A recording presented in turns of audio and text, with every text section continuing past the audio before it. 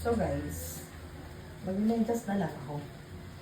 Dahil sabi ko, tatakbo ako ngayon dahil medyo humina-hina naman ang ulan ngayon. Pero ang galing lang. Ready na ako.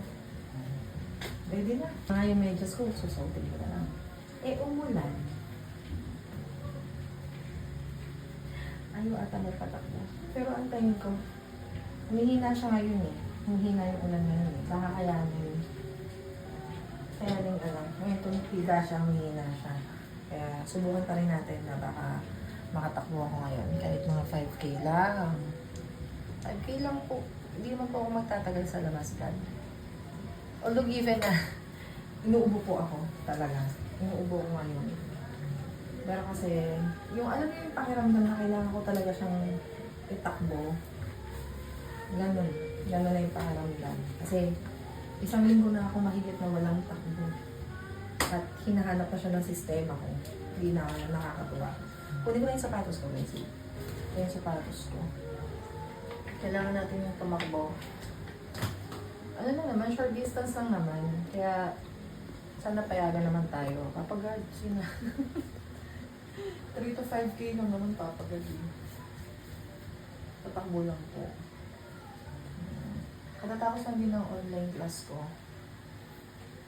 At, yun nga, tinaon ko, sabi ko talaga, after ng online class ko, since hanggang 9 lang.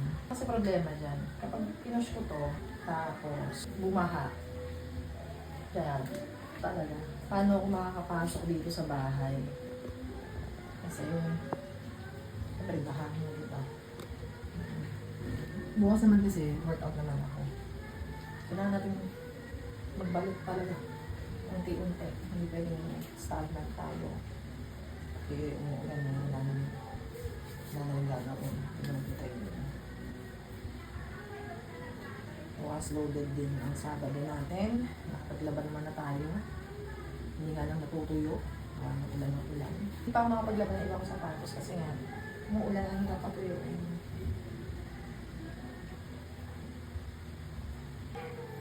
Kapag wala akong choice at bilang tatakbo. Kaya kasi ang hirap kasi sumakay yung tao eh. Balikan mo kayo kapag alis na ako.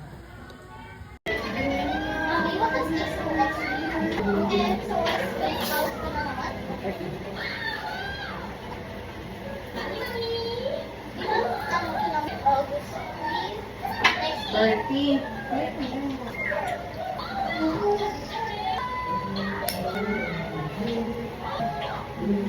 Umuulan pero natakbo tayo.